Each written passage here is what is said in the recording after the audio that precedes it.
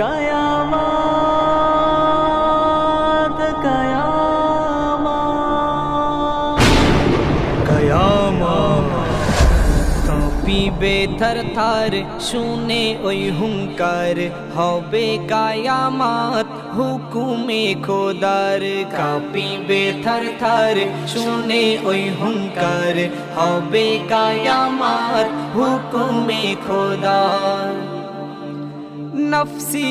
নফসি করিবে সকলে যাবে ভাই বোন মা বাপকে ভুলে নফসি নফসি করিবে সকলে যাবে ভাই বোন মা বাপকে ভুলে